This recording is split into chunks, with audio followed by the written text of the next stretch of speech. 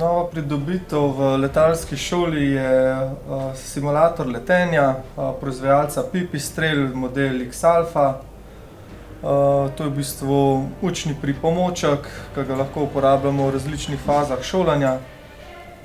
Pri selektivnem letenju ali pa pri začetnikih se lahko uporablja, da bodoči piloti spoznajo, kako se letalo odziva na uporabo krmil, kakšni so njihovi učinki, pridobijo tiste prve izkušnje v nekem kontroliranem okolju, ki jih potem lahko prenesejo na praktično uporabo pri začetku letenja.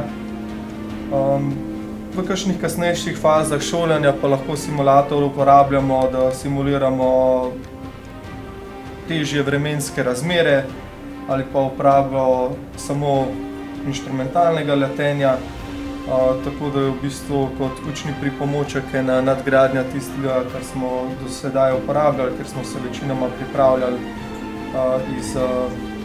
po starejših metodah, tako da nam bo to omogočalo neko dodano vrednost.